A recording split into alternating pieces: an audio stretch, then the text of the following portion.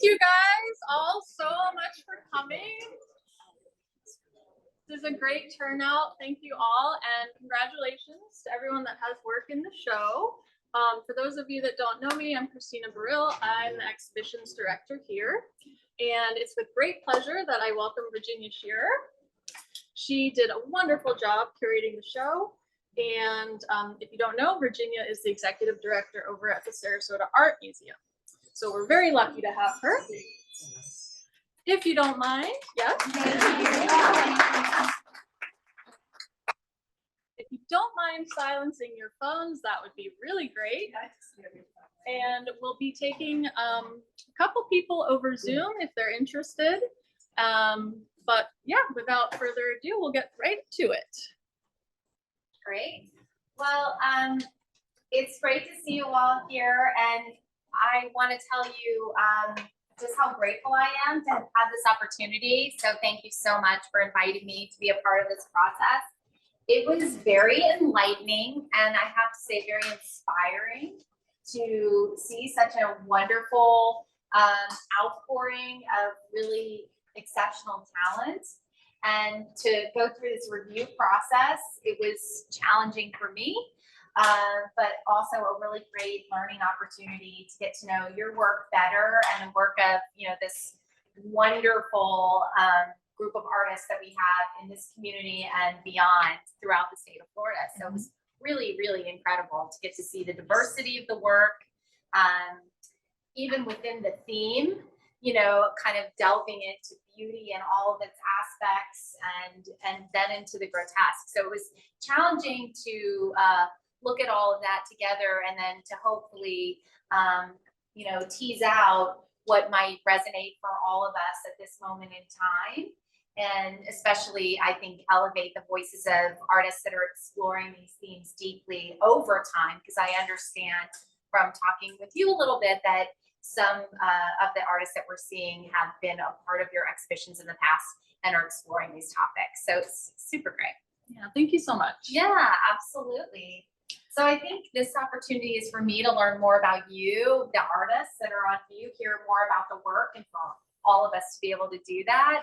And then to talk more about kind of what turns us on about the work, and for us to go a little bit deeper, right? Yeah, and we'll definitely touch on all the award winners. They're all over the place, so we'll just kind of roam around. Sure, absolutely. So do you want me to start here? Yeah, sure. And is the artist present for this work? Yeah. So this is Isabel Stark. I don't think she is here right now. Okay. Well, so you can see Isabel's a merit winner here. And I don't know if you've had time to kind of peek around before I got here and take a look at it, look at some of the works. I was really drawn to this one, especially, the quality of line and, of course, these, contrasting colors, the reds and blues that make your eye automatically fill in the dots and turn everything purple. But also just this kind of chaotic scene, bathroom scene, that maybe in some ways is the inside of a pocketbook. It's like our yuckiest days, in some ways. All the makeup and the mementos and the hair, and just the fine line quality and level of detail that she was able to achieve in the work. And of course, one of the things I noticed from so many of the entrants is the exploration of the body. So I think so many of the artists naturally went to, our human condition when exploring, the beautiful and the grotesque. And especially, I think, especially at a time when body image is even more, a part of our everyday world because of our interconnectedness with social media, and maybe the glorification of certain bodies are at an all-time high, or at least it feels that way, because every day you can open it up and see a actress in the full nude in a dress at the Cannes Film Festival. And then there's bodies that, we shy away from looking at. So this work was so compelling by putting that body, which is beautifully grotesque, at the center of the work, and then also adding the blood and the hair and, you know, the kinds of things that I think we normally would shy away from. So I found this one to be really compelling. No, anybody else has any thoughts along these lines? No. I will point out that it's two stomach images that caught your eye. I agree. I The was show. Is there some deeper meaning behind this? Mm-hmm. I was just kidding. I'm not trying to put you on the spot. I think that would be the question of the artist, really. No, but there's a No, lot no, of, you there's a chose lot of, two. Three. Well, Oh, there's two You stomach. chose two belly. Yeah, you chose the winner as well, the belly. That one, I mean, the framing, you know, the what it leads to. I mean, photography. Thank you for pointing that out. Photography is so raw, you know, and I mean, you're actually seeing the color of the skin and the pock marks and the stretch marks and, you know, the straps of the bra and how it, we'll get to that piece, how it indents into the skin, but that was just unforgettable to me. I don't know what. And I the was surprised. framing. You were? Yeah. Oh, I found it beautiful. I think it's beautiful. I mean, I think I wonder, I don't know if the artist is here. let's wait till we get there. Okay, let's do it. Let's do it. But thanks for the question. I thought you were trying to intimate that this mouth was also like there was, but this also kind of really grabbed me with this work too. And, you know, it does feel as if, you know, something's coming out and Something is. being expelled. So beautifully grotesque, I don't know, but I couldn't stop thinking about this one. And also this process is really difficult, you guys. I mean, I'm sure you know, because you're preparing the works and you're preparing them with as much detail as you can at a certain size. But the way this starts is that we review the work online, which I'm a much more tangible person. You know, I'm a real life kind of person. So that's very hard for me to kind of get a sense of the work. And then, you know, it's really important to see the real thing. That's why I think places like the Art Center, you know, galleries and museums are so critically important, because what you see on Instagram or any sort of postage stamp submission only gives you sort of a flavor, but hopefully makes you curious and want to see the real thing. And immediately, you know, with this work, I couldn't wait to see the real thing. So that's why I selected this one. awesome. Nice. Yeah. So I think the next one is honorable mention right over there. Yeah. Okay, well, who in Sarasota doesn't have a dog? I mean,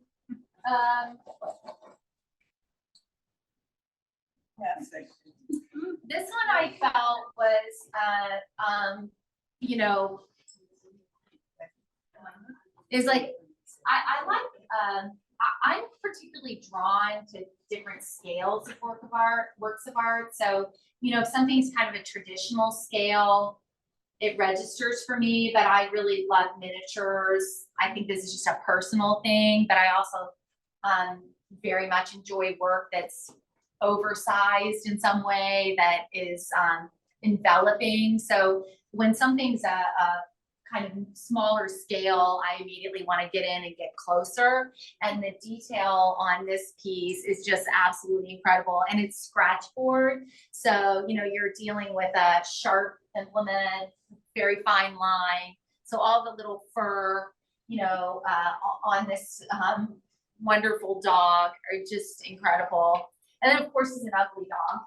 You know, he's like the face only a mother can love. No. But I just felt this was technically a really difficult thing to achieve. And it has that kind of universal quality because we're, you know, so many of us are so fond of pets. And, you know, this is kind of a moment where, you know, I was in New York City a couple of weeks ago and there were dogs everywhere in Central Park and everywhere. And I was taking pictures of people who had like 6 tan dogs, and then this one had like 3 poodles, and that one had this other show dog. And it's the same thing in Sarasota. It's like dogs are on parade. And I think adoption of dogs is up post-COVID. You know, we really need those lovies in our lives. So this to me felt very much like that kind of love letter to an animal with a face only a mother could love. So I've got no excuses beyond that. You know, technically, I think it's really amazing. I love that it's small in scale and it really draws you in and you have to get close and then you look at the detail and then it is just incredibly gushy. Raise your hand. So, Yeah, I love the tongue. the tongue is incredible. And the little eyes and the collar detail. I mean, you almost could touch him, you know, he's almost actually tactile in a way. I think it's a boy. I would say that, I don't know if I would say that. Yeah, yeah. So I don't know if anybody else agrees, but it's very hard when there's so much extraordinary work to pick. And Christina knows I had a hard time picking the winners here, but it was a great honor to be able to do so. And I just think that, you know, this artist should keep working and I'd be interested to see what she does next. Yeah. Well, actually, she's got 2 other pieces in the show as well. Ah, So- there you go. That's another thing, is since it's blind entries, it's very hard to know, especially if you work in a variety of styles, it's hard to know if you're getting selected more than once. But I think this is really terrific. Awesome. Yeah, yeah. Any other thoughts for Sweetie? All right, well, Art, I think you're up next, right over Yeah, here.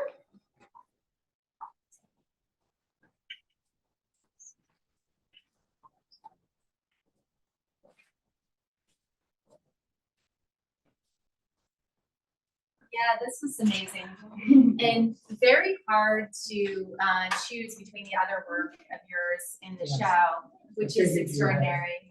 Yeah, I don't know if you all saw the other piece. I mean, again, like the scale is a sort of showstopper, you know? I'm And working larger actually, so I'm excited. You know, it's funny at this point in my life, being 75, I noticed that in the world, it seems like people diminish or they allow themselves to diminish. You look at musicians, some that was so great, couldn't write a song if you put a gun to their head that would ever get to be #1. So it makes you wonder, how does that happen?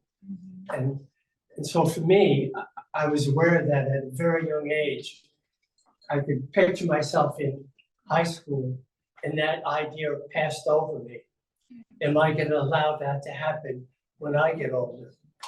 And so I try very hard to not let that happen. I want my work to be better, each one, put more into it, you know, where I don't go out enough, except for running in the morning and showering and eating, that's it.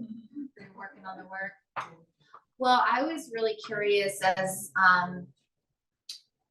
you know, whenever a work is this scale and this depth, and also the material is so delicate, Yeah. how one creates it as a, I'm not gonna say I'm a sloppy person, but I will say that, you know, having, you know, done some drawing and drafting, you know, to keep from smearing, to keep from, you know, losing the quality of the line. Yes, yeah. I was very curious about how you manage this. Are you suspended in some kind of harness? Yes, I yes. mean, I used to spray it in between, you know, every so many days, but I don't do it now. I don't like the spray. And I think the spray eventually darkens the color. But I do have to spray it at the end. So I have it all set up where I never touch the paper. And so I'm very happy that you chose it, because I know a type surrealism has a way of challenging people. And sometimes they don't want to be challenged, so they just walk by it.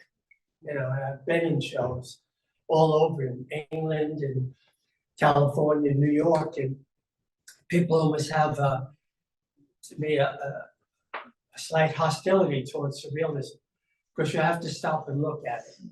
You know, it's like anything, work around the house when you have contractors, every little detail, a lot of people don't want to know about that. So when the price is laid out to you, you go, well, it's just the house, but it's all the things that make the house that that a lot of people may not want to think about. Yeah. Or they're looking for a way out, like, well, I don't want to pay that, I don't want to stop, I don't want to be wrong.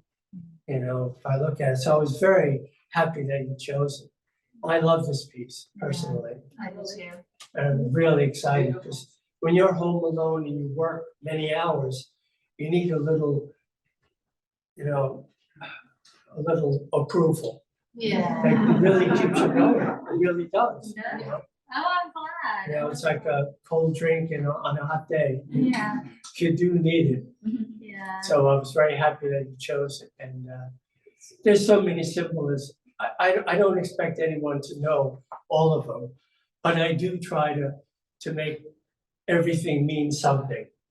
So it's just too much. So the simplest way to say it is that I try to present to all people different images. It's a kind of personal respect for people that I don't want to give the same images.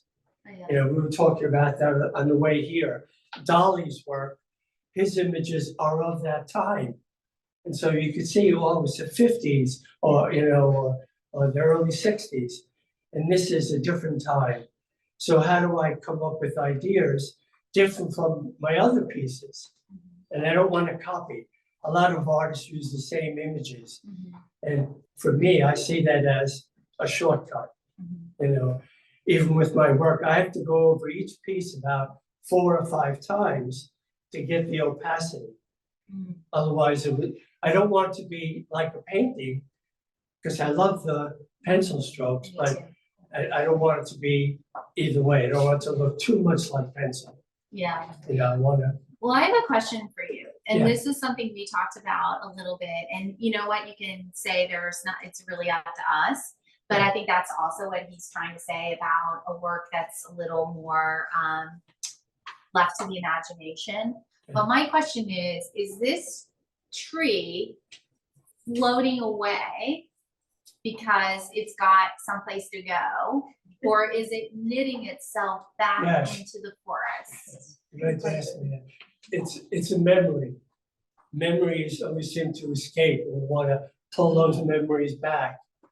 Because as we get older, sometimes that's all we have, are those memories. And especially when you lose people or animals, so the tree is so solid and so strong, but yet, it can be separated, and yet the inner blood of the tree is there, and that's what creates, memory.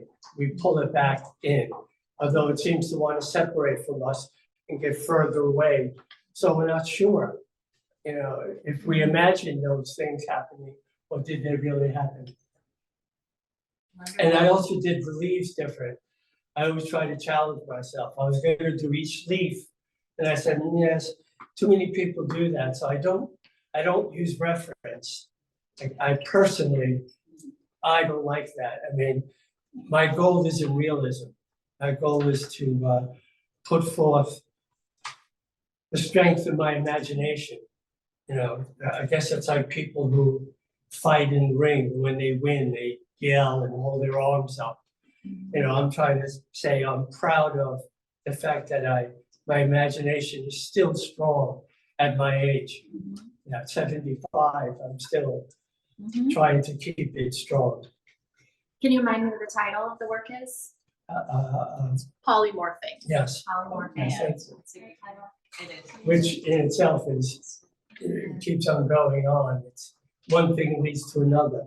I've been noticing, I don't know if anyone else does, I'll have dreams and I'll be in a show and I'll think, wow, what great work. And then I wake up and I realize that's my work. And so I try to remember. And so that's what gets me going. I'll start it. I can never remember the whole thing, but it'll give me an idea where to start, and then I go from there. Yeah. No, it's a really exceptional work. It's so beautiful, and I think you can look at it for a really long time. It Yes. leaves a lot to the imagination, and because of it's very balanced, but it also kind of moves your eye. You know, there's such a fluidity to it, and sort of interconnectedness between the different, you know, elements, whether they're vines or trees or branches. So it makes you kind of wonder, you know, what's leading into what. Yes. It's really wonderful work. Thank you. Yeah, I had an artist friend that said, my work is like a roadmap. And that's, you just want to go on the trip. Yeah, no, it's really, really a great one. I'm very glad you chose it. Congratulations and thank you. Yes. Yeah, Thank you very yeah, much. for sure. Move down, look closer at these, you know, wonderful details. So our next work is Elaine Yang, and she is right here with us, the youngest artist in our show. And you are how old? 15.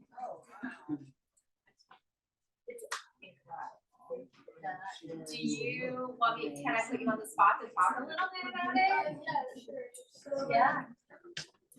pretty much the themes here is like the push and pull between the chase for purity and sex. And you can see it up in the clock here with the white roses and the thorns.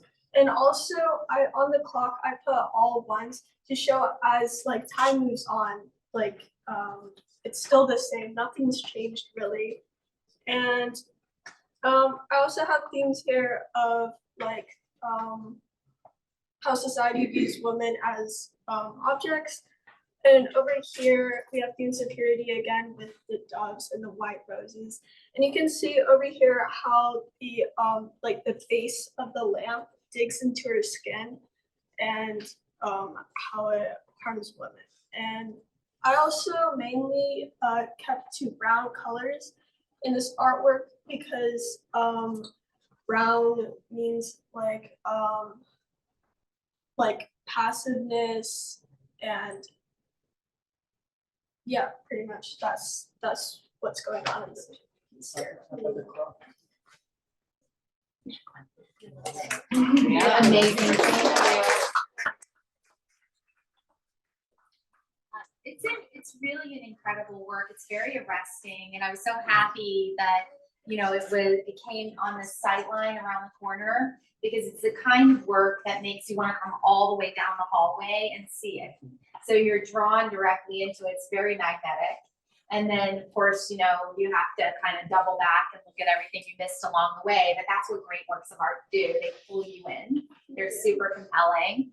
And I'm glad that you kind of gave us a little bit about time.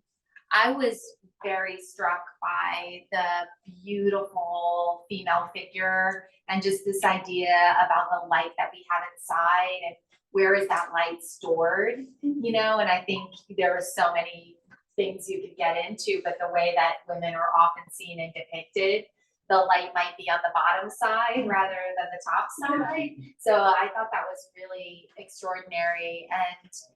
And the fact that we guess about her, you know, we have to guess because there is no face to really, you know, hone in on. But yet she's still, you know, boldly facing forward for all of us to admire or critique, which, let's face it, is pretty much the way of the world today. You know, are her legs too skinny? Is she too thin? Is she too tall? You know, is her skin too light? You know, it's like, if we could tear each other down, let's find another way. But this made me think, oh, how beautiful that, you know, she's really focusing on the light and just putting the body out there in such a soft way. And again, you know, in terms of technique, when you're looking at all of the fine line and, you know, hyper realism that we're getting with the, you know, piece with the, you know, body and the toothpaste and the blood and the, you know, floss and the hair, and then you get to our friend the dog. And then, you know, we start to expand out in this kind of, you know, soft pastel sort of dreamy way. and then you're brought into this other kind of dark dream. Could go very dark, Yeah. but yet it's so filled with light. I think it's an exceptional work. Thank you. Yeah, congratulations. Yeah. And thank you for sharing it.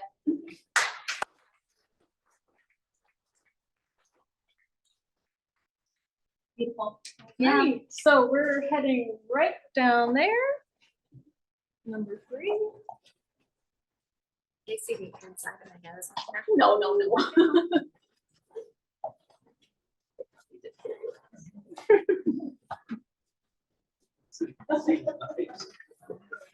So this is Kayla Medeiros. She Yeah. is not here because she is at a solo show opening of her work in Buenos Aires. Oh, wow, that's incredible.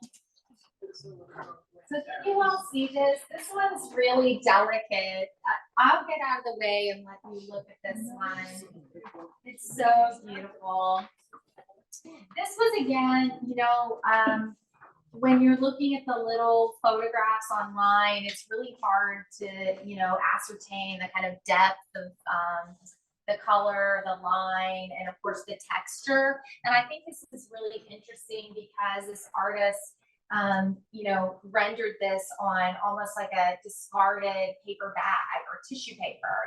Maybe it came out of a birthday present and she was gonna throw it away, but she just dashed off with the utmost kind of love and care, this beautiful torso of this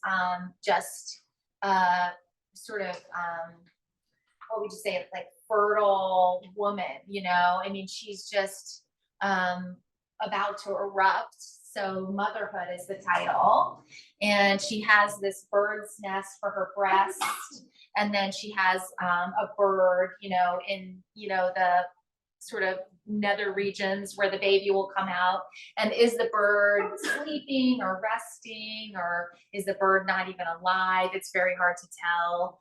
So I thought this one was an incredible balance of the theme, the beauty and the grotesque, because you can't walk away from it. You have to stop and look. It's so delicate. It's so beautifully rendered. And then you're kind of left wondering, well, what happened to all the eggs? There's only one bird. Is the bird alive? Is the bird dead? And it kind of gets your mind working. So it's beautifully rendered and on what we might call trash, and motherhood is such an important role. And, it's such I think maybe overlooked often what a difficult role it is. And women's bodies are so beautiful when they're pregnant, but again, they're often underappreciated. So I think she kind of pulled all of that together. And then of course, when you look closer, you notice that she's missing at least one arm. And so that is very haunting, kind of stops you in your tracks and you think, is she alive? Is she dead? What's really has happened here? And so I found this one, I have a lot of questions. And I think a great work of art often leaves you with a lot of questions too. So I was very moved. I think the framing is really interesting as well. It is. Yeah. Thank God the wall's clean. I know. I actually thought the missing arm was almost the price people pay. So many women have known they have birth, they lose so much freedom, sometimes a career, because they're pregnant or they have the child. The child now is more important, and it's a limb. And usually that's an example of a surrendering or giving up, to the bigger picture of life for that child. I think that's And the bird is no more flight. Your life is it's in a very different way. It's slower. yeah, tethered in some ways. Yeah. Yeah. Think of Venus tomorrow. Yeah, it did make me think, I think it's probably everybody went there too with the arm, is that you think a lot about the, Renaissance and Baroque drawings of cadavers, and so many of those are so extraordinarily beautiful, and even pre, that time period. And you always kind of mourn for the person that ended up being remembered in those extraordinary drawings. So it did make me think a little bit about that, too, and maybe it's sort of hearkening back to a tradition of drawing from life, but deceased life. I think we also have a comment from Zoom. Oh, good. If you'd like to go ahead. You're just gonna have to unmute yourself.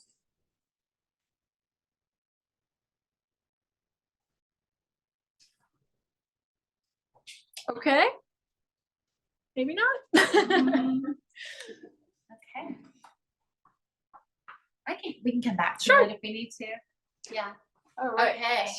So the next one is just right here. Yeah, is the artist here who made this one, Patricia? no? Do you all know who's depicted here? Yes. Everybody know? Yes. Yeah, for the most part, some people know. Okay, Congressman John Lewis, Congressman from Atlanta, Georgia, just passed away about a year ago. One of the most extraordinary human beings that ever lived. They just had a story because I think it was the anniversary of the march at the Edmund Pettus Bridge this past weekend. He nearly died. He was the head of the Student Nonviolent Organizing Committee, and he was the person who led the march across the Edmund Pettus Bridge in Alabama and was beaten. So you can see those images of that. That day's called Bloody Sunday, and he really has a lot of wonderful writings, a lot of amazing history. He was trained as a preacher, and he, as part of the Student Nonviolent Organizing Committee, there's a C in there that I'm missing, but they really stood for making good trouble. And that's what he always said his whole life, is that we're here to make good trouble. I had the honor and privilege of getting to work with John Lewis for a number of years on exhibitions like this that he would do for our county in Atlanta and for his congressional district. And he's just was an extraordinary man and a big hero. So when I saw this in the original lineup, I thought, oh, this is really interesting. I can't wait to see this in person. But again, the texture, the depth, the stitching, it didn't translate for me in the pictures.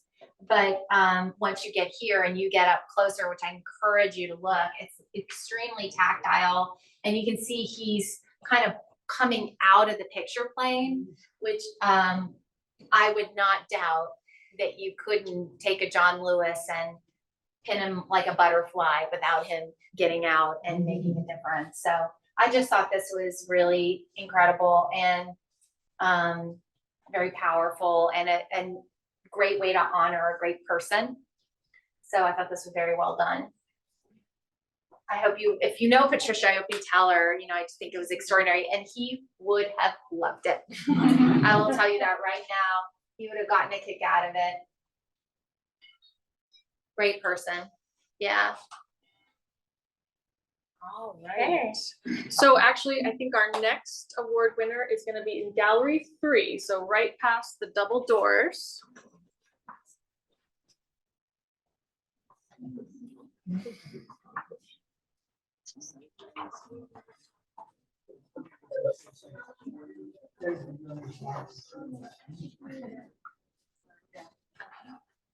I could stay up.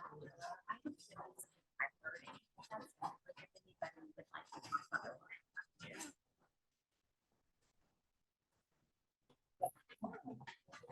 There's a great How are you guys? Thanks for being here. Oh, yeah. I hope it was okay. I mouthed it the whole You time. remember me, right? I did. No, I would never do that to you. I would never do that to you. Thank you. So we're right around the corner, right here. Yeah.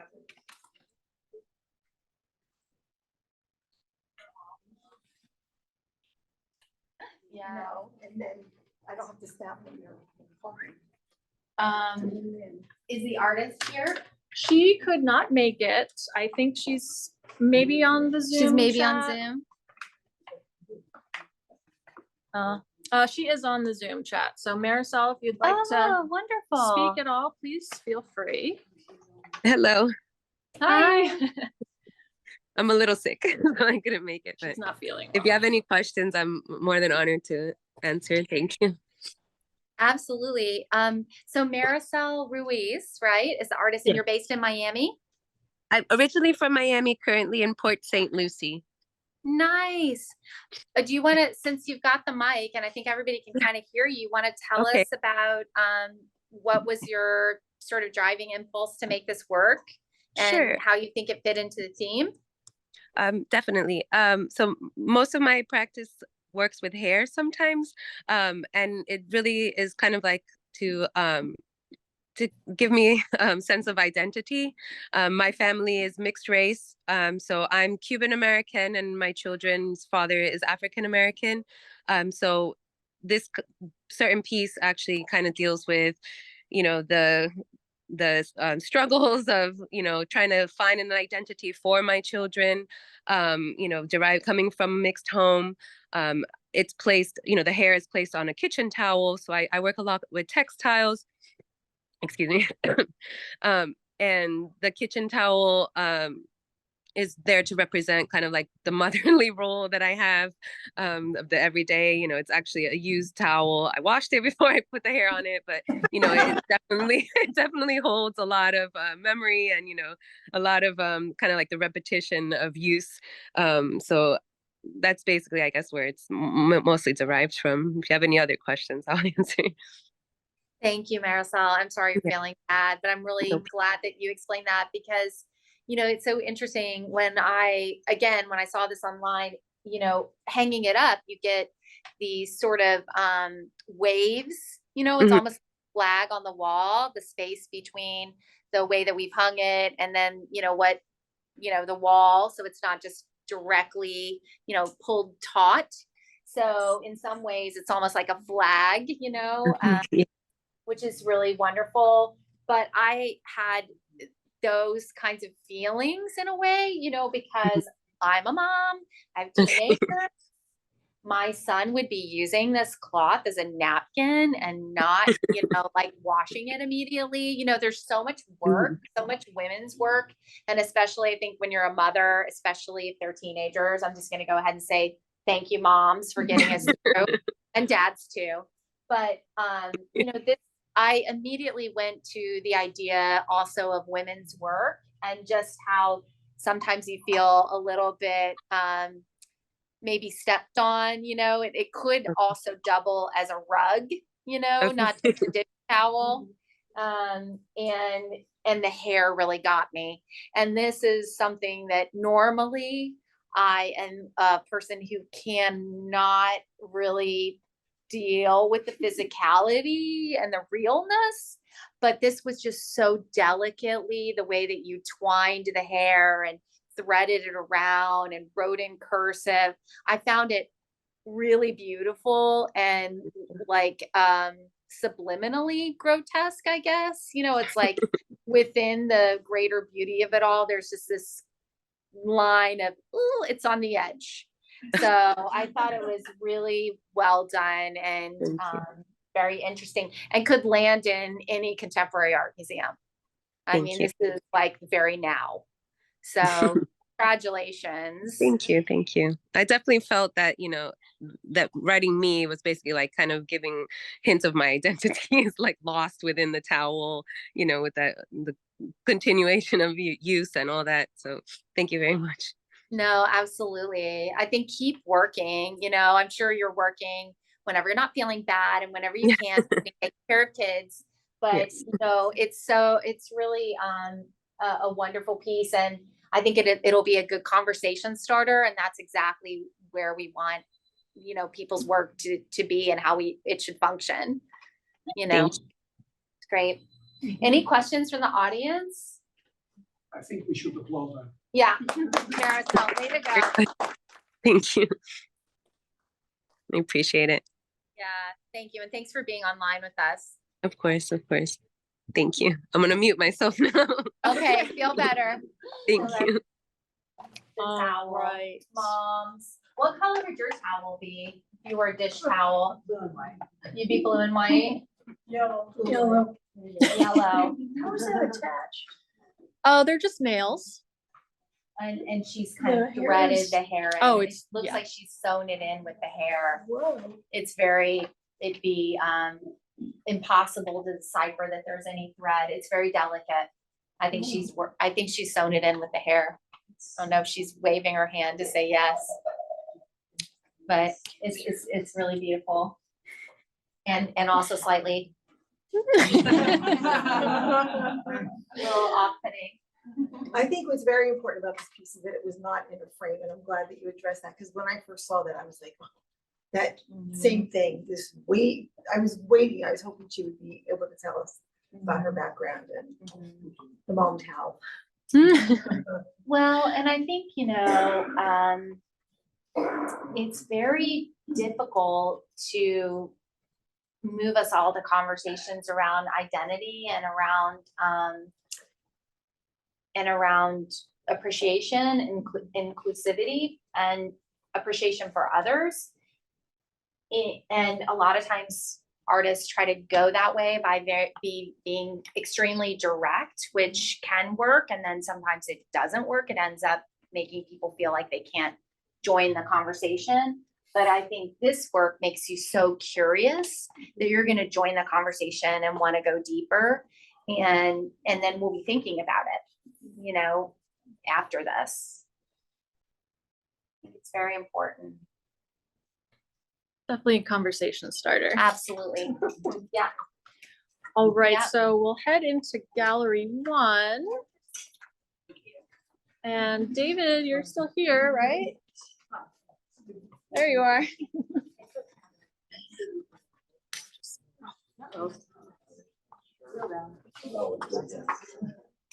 We're gonna go into the other room here, this way.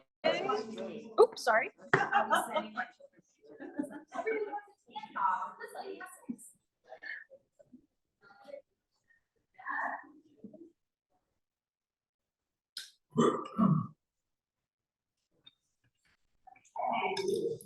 So did we have the artist here for this one? He is here. Oh, good. David?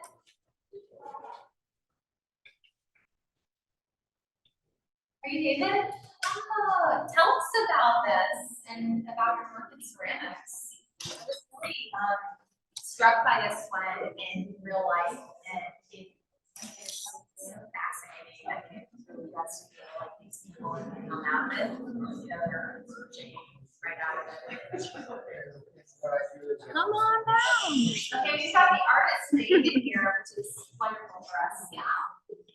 What you mentioned is the coming out is I make a form, I draw the images, and I push them from the inside out. So they're not attached.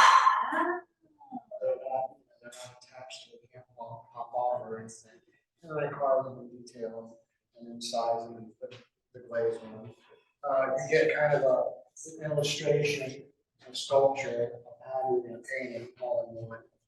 This particular one is, and I get a lot of this with some of these pots. Oh, they're so beautiful from far away, but when you get close up, not so. So this is typical of your work. This isn't you trying to meet the theme. No, I have a lot of various series of art, and I have a series of social, political things. I also do wildlife. I do mimic other art. Like I could do Van Gogh. So I do a lot of variety of things. But I have a political thing like this, so I just have to fit. This was giving me very like Dante's Inferno feelings. And again, when you look at it, it's a digital image and it's kind of small. It's sort of flat, So I knew that it was a 3-dimensional work because I could tell that I couldn't quite get all the detail. And I was just really struck when I came inside, all the different facial expressions, the sort of oozing of the people in and out. Some are kind of quite flat, and then others are really popping out. out suggestively, and, you know, the jockeying for space, climbing on top of each other or holding each other up, Well, you know? it's, you know, it's called the fat dog goblet.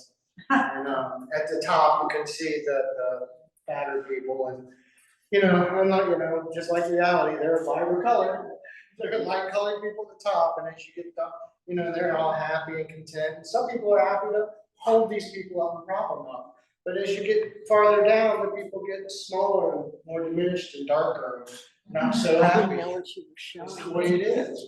Is it okay? Some people are just licking their head. You know? Yeah. And for me as an artist, there's two things. I'm offending my potential clients. The people who could afford this pot are the people I'm critiquing. So I'm not gonna get any praise out of this. You're And then we're welcome. back in the closet with other ugly pots. So you think of it as ugly? Well, it's an ugly thing, you know. I have other ones that are even worse. But once again, people walk up to it and you go, oh, that's pretty. Oh, the suicide, the addiction bottle, the hunger bowl, the rape of the savings. Yeah. Make it ugly. So you are in Dante's Inferno, you're dipping your toe in there. And then I do really nice street work with birds and flowers. Balance. You do it all. So did you make this work specifically for the show, right? No, I did not. No, you did not. No, Oh, I I have a see. whole, I have a whole I series. got it. You I pulled call it out it of the series. unseeing work. This has never been out of the, Oh. it's. Out of the wall. It's never been out. My wife did see it. Where's your wife? Oh, she's. Oh, she's work. Okay, sorry, I missed her. It fits the theme though, doesn't it? Yeah. Oh, yes. Doesn't it make you want to touch them, maybe shove them back in? No, you don't want to touch them? I just don't want to touch it, but like. Yeah, me. Oh, just the texture. Yeah, you can Yeah. touch it, it's fine. I firestone. He's very also. He's very kind. Do you draw ahead of time, or do you just? I make the form and then I draw them out with a pencil, and then I push them out and I tool them and I detail them and draw them more and more. And then I put a black wash over everything, and then I wipe it off, and then I put a glaze and underglaze and then it's lots of process. Yeah. That's a really incredible work. Yeah, thank you for sharing that with us. Yeah.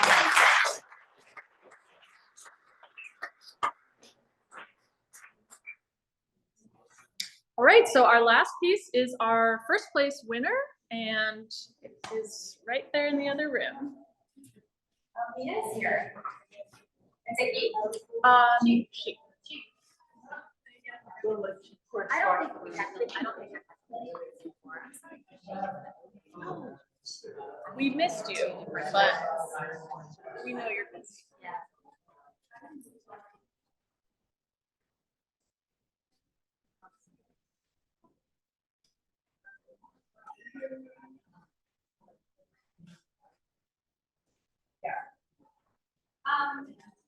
That's grotesque. This is one of the best shows.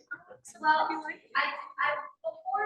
we wrap up and, you go away, I did want to say, I'm really sorry I couldn't be here for the opening. Unfortunately, I had a couple of other places I had to be, but I'm so glad that I'm here with you today.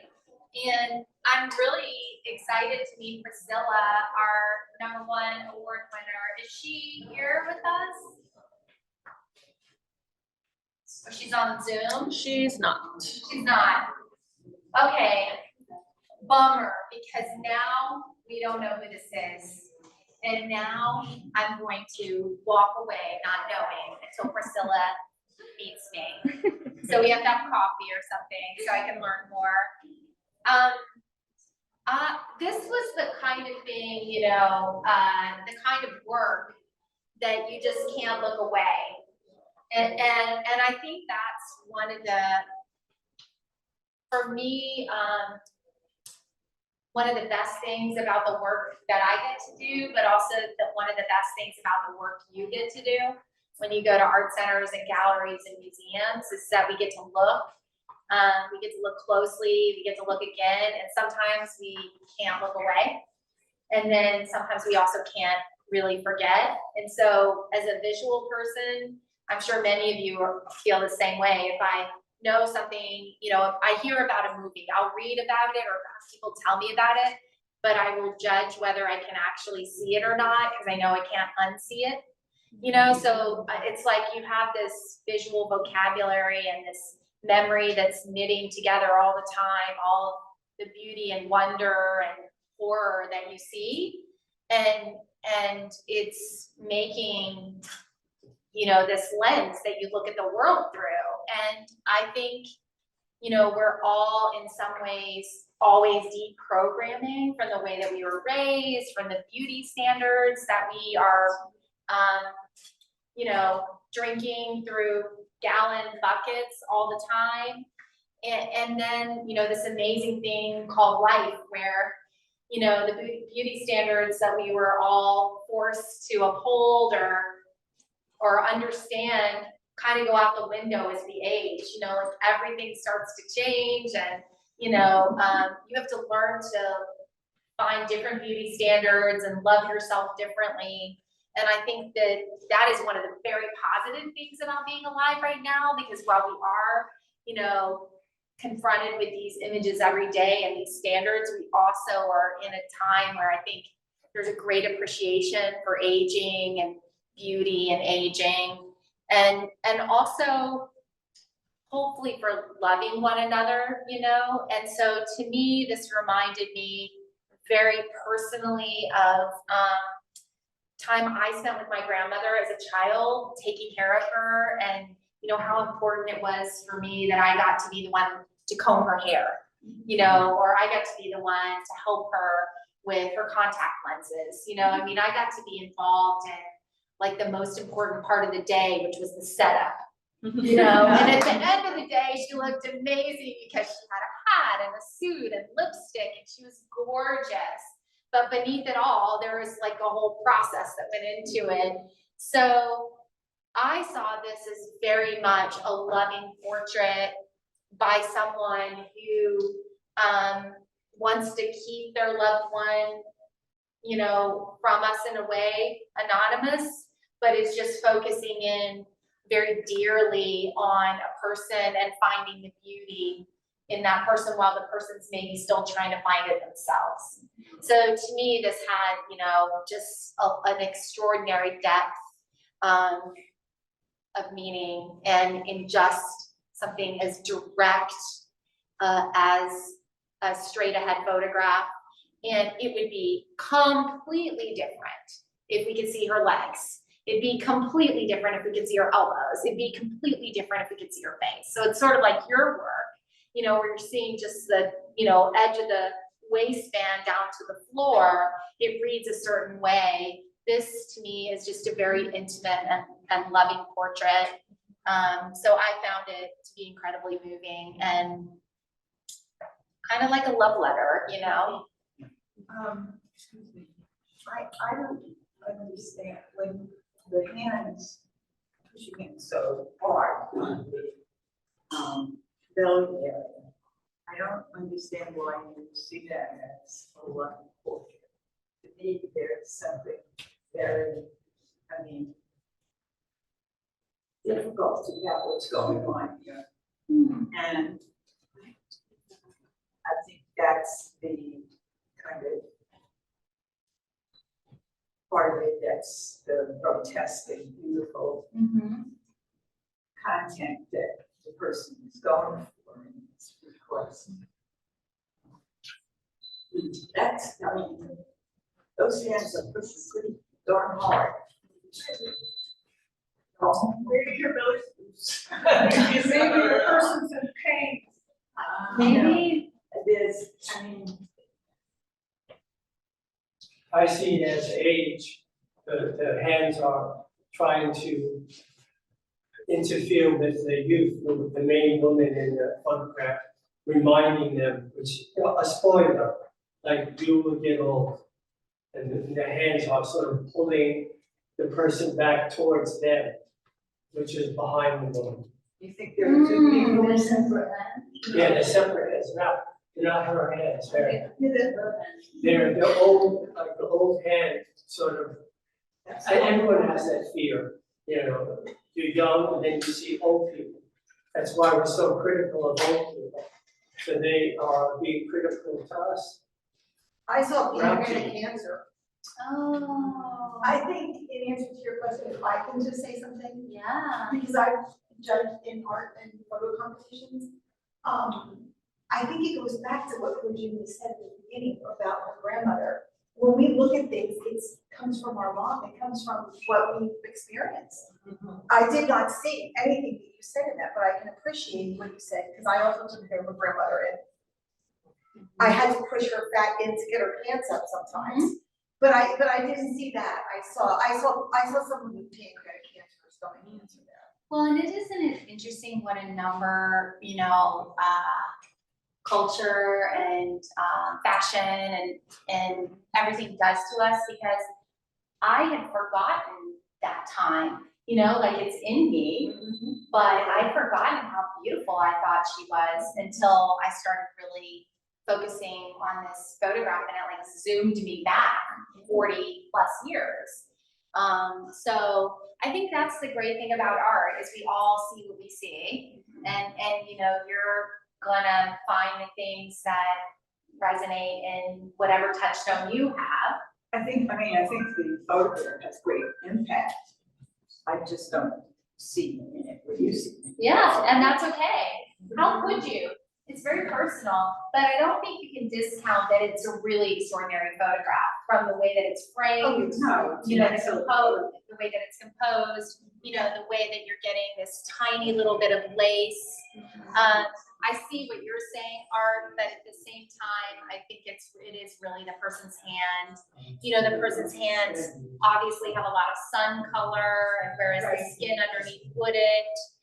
There's these, this jewelry, and then, you can even see the nubs on the undergarments. So, these are undergarments that are also aged, and there's a little hole there. So like the choice of, we're not gonna put her in the finest, but we're gonna put her in cotton underpants that are also degrading. So there's a lot of choices there, but my probably way of seeing the world is more on the beauty side. This was not an easy task to go through these works of art and select the ones, narrow it down to where we are. Also to then try to select, based on these kinds of categories, because it made me think a lot about how I tend not to think about the grotesque, and the way I think about the grotesque is very different than the way the artist did. If I'm gonna talk to you about that, which I don't really want to do right now, but there would be different things that would fit in. It wouldn't probably be some of the ways but that's what's great, is that through looking at these different ways that we all see these themes, we can have a conversation and find common ground, and hopefully not feel too different, but no, you know what I mean? Like not too far. That's okay to not agree, or even ever see it the same way. But art is highly personal, and I guess that's kind of the bottom line. Whether you're making it and sharing it, you're sharing what's so important, and it's such a vulnerable place. But I think even looking and talking about it, we do that from a pretty vulnerable place too. So that's a good thing, because there are so many places where we can't be that way. There's a lot of worlds where you can't be vulnerable. I was in jury duty a couple of days ago. Not a great place for vulnerability. Not in New York, though. Not in New York, though. But this is challenging. So I know it's probably over-interpreted, but nevertheless, I share that's where it transported me. And I always think that great works of art transport us someplace, This is what I see. Please. It's an older woman in a nursing home with dementia saying, "See my belly?" That's what I said. I did this. I find it beautiful as well. I did when I first saw it because I think sometimes some of the things that we dislike the most about ourselves are things that people on the outside think are the most beautiful. And that's where I kind of process this piece. Like here's this person kind of maybe trying to push their stomach in to change it or work into something or change the fact that they're aging, yet it's so strikingly beautiful because it's just so intimate. Yeah. So that's Yeah. I'd love to hear the photographers. I know. Yeah. Where is she and when's she having coffee with us? Priscilla, yeah. Well, thanks a lot for spending this time with me and for supporting the Art Center. It's really an extraordinary place, and what Christina and Kinsey and the whole team are doing is very transformative for Sarasota. So I'm really glad to be a part of it, and I hope that we can do this again one day. Thank you so much, Virginia. Yeah, thank you.